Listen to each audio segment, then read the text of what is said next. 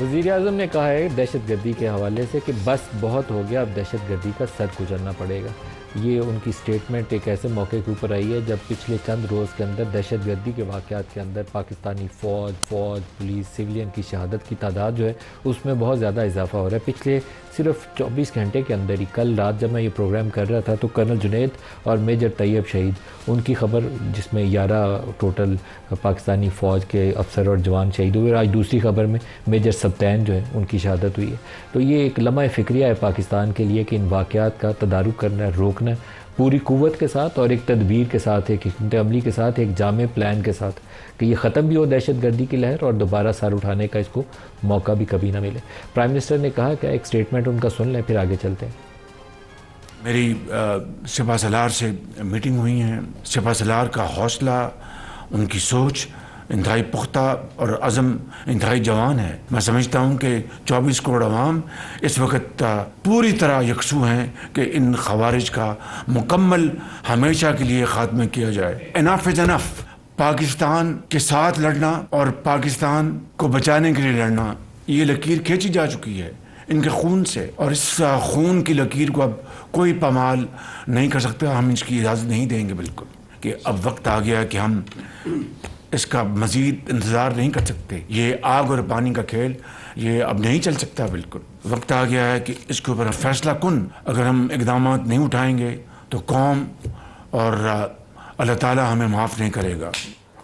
یہ 25 کروڑ لوگوں کی ذمہ داری ہے، صرف فوج کی، پولیس کی یا کسی ایک شخص کی ذمہ داری نہیں، میری، آپ کی، ہم سب کی ذمہ داری ہے کہ ہم اس کے اوپر سوال بھی اٹھائیں، آواز بھی اٹھائیں اور مطالبہ کریں کہ جن لوگوں نے جو ایکشن لینا ہے وہ لازمی لیں۔ اس میں کچھ رول جو ہے وہ ایگزیکٹو کینڈ کے اوپر آئیں گے، کچھ رول فوج اور پولیس کے اوپر آئیں گے، لیکن سب کو اپنی ذمہ داری ادا کرنی ہے تاکہ ہر شخص کی جو پاکستان میں بستا ہے، جو پاکستان کا شہری ہے، فوج کے لوگ بھی تو پاکستان کے شہری ہیں، تبھی اپنی جانیں قربان کرتے ہیں پاکستان کی حفاظت کے لیے، تو ان کو میک شور کرنا ہے پاکستان کی سرحدوں کی حفاظت بھی اور پاکستان کے لوگوں کی حفاظت بھی، اور اس معاملے میں کوئی نرمی، کوئی کوتاہی ہو ہی نہیں سکتی، اور ایک جامع پلان ہونا چاہیے، مکمل کمپریہنسو قسم کا پلان ہونا چاہیے جو ہر جہت جو ہے اس کی اس کو کور کر سکے۔ تو آج کے پروگرام میں ہم اس ایشو کو بھی کور کریں گے، اور ساتھ جو کے پی کے اندر ایک پولیٹیکل ڈیولپمنٹ چل رہی ہے جس میں عمران خان نے علی مین گنڈا پور کو کہا ہے کہ سٹیپ ڈاؤن کر دیں، اور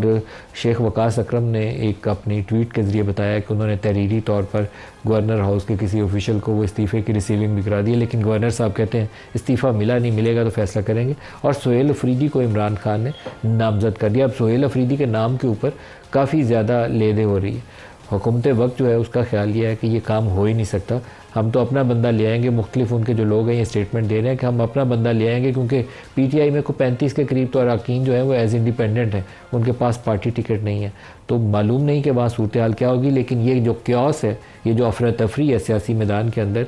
یہ دہشت گردی کے لیے اس کو سپورٹ کرنے کے لیے ایک نئی روح پھونک سکتی ہے اس کے اندر، کیونکہ آپ کو ایک مضبوط، توانا، سٹیبل پولیٹیکل گورنمنٹ چاہیے جو فوکس کر سکے کہ کے پی کے ٹرائبل ایریاز ہیں یا سیٹلڈ ایریاز کے اندر بھی جو دہشت گردی کی لہر ہے اس کا سر کیسے کچلنا ہے، لیکن افراتفری ہوگی تو توجہ بندے کی ہٹ جاتی ہے۔ آج کے پروگرام میں اس ایشو پر بات کرنے کے لیے ہمارے ساتھ مہمان شخصیات شیر افضل مروت صاحب رکن قومی اسمبلی ہیں، اور اس کے علاوہ ڈاکٹر طارق فضل چودھری صاحب وفاقی وزیر پارلیمانی امور ہیں، اس کے علاوہ سینیٹر کامران مرزا صاحب JUIF سے ہمیں جوائن کریں گے۔ سب کو پروگرام میں خوش آمدید کہتے ہیں۔ شیر افضل مروت صاحب، جو اسی سے سٹارٹ کر لیتے ہیں، سہیل افریدی، علی مین گنڈا پور میں کیا خرابی تھی جو سہیل افریدی آ کے درست کریں گے؟ بہت شکریہ۔ علی امین خان میں خرابی 26 نومبر 2024 سے شروع ہو گئی تھی۔ جب 26 نومبر کا ثانیہ ہوا تو اس وقت جو حالات بنے آپ کو علم ہے، محترمہ بش بی بی ناراض ہوئی اور وہ ناراضگی بدستور قائم ہے، جس کے نتیجے میں پھر علی امین خان نے بھی جو ہیں مشال یوسفزئی کو اپنی وزارت سے فارغ کیا۔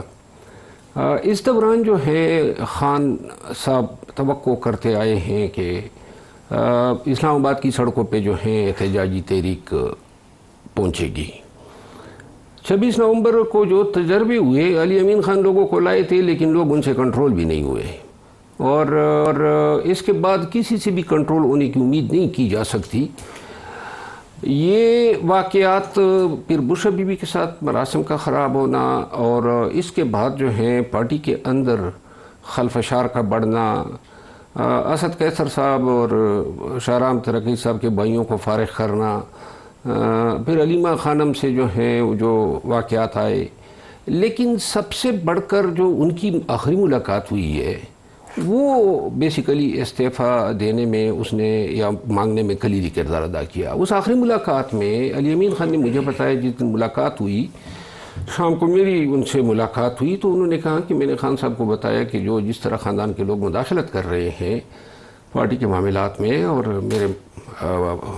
معاملات میں، اور جس طریقے سے جو ہے social media P T I کی لیڈرشپ کی اور میری کردار کشی کر رہا ہے، تو ان حالات میں پرفارم نہیں کر سکوں گا لوگوں کو نکالنے کے لیے یا پھر 26 نومبر کے طرز پہ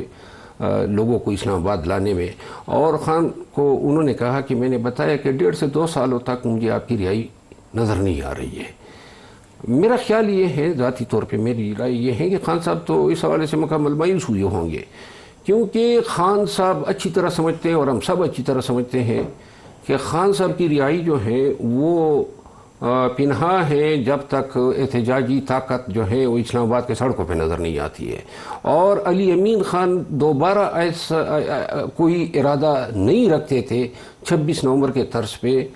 تو لہٰذا سہیل افریدی صاحب کا اس لیے انتخاب کیا گیا، ہارڈ کور ہیں، کمیٹڈ ہیں، بلائنڈلی خان کے آرڈر کو فالو کرتا ہے، اور یہ توقع ہوگی کہ جو کام وہ نہیں انجام دے سکتا تھا سہیل افریدی صاحب انجام دیں گے۔ یہ مختصر ترین انداز میں نے اس کی علی امین نے عمران خان کو کہا کہ 1.5-2 سال آپ کی رہائی نہیں ہو سکتی۔ یہ بالکل انہوں نے مجھے کہا کہ میں نے خان صاحب کو بتایا کہ مجھے 1.5-2 سال میں آپ کی رہائی نظر نہیں آ رہی ہے۔ ڈاکٹر صاحب آپ کا رد عمل کیا ہے اس ڈیولپمنٹ کے اوپر؟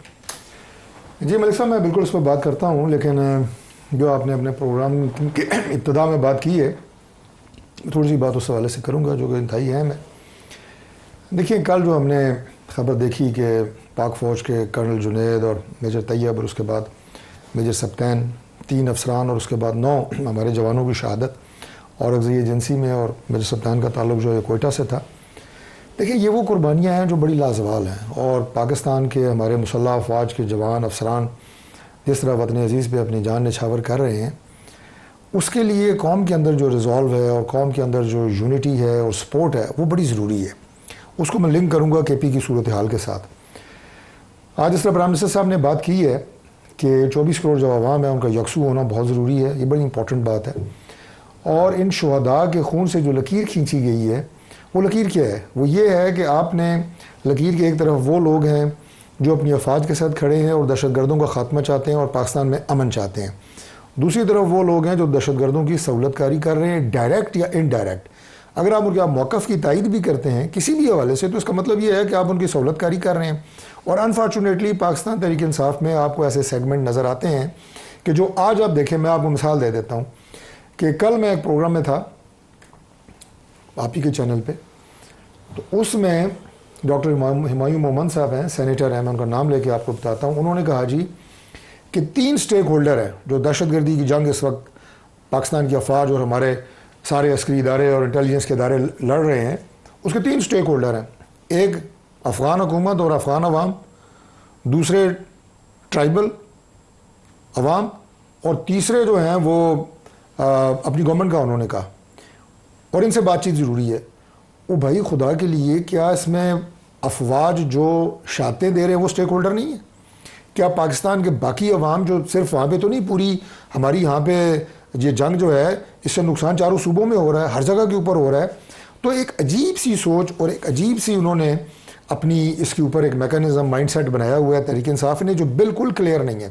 آج کیبنٹ میٹنگ میں پرائم منسٹر صاحب نے بڑی کھل کے یہ بات کی ہے کہ ہم افغانستان کو ہم اپنا برادر اسلامی ملک سمجھتے ہیں اور ایک اچھا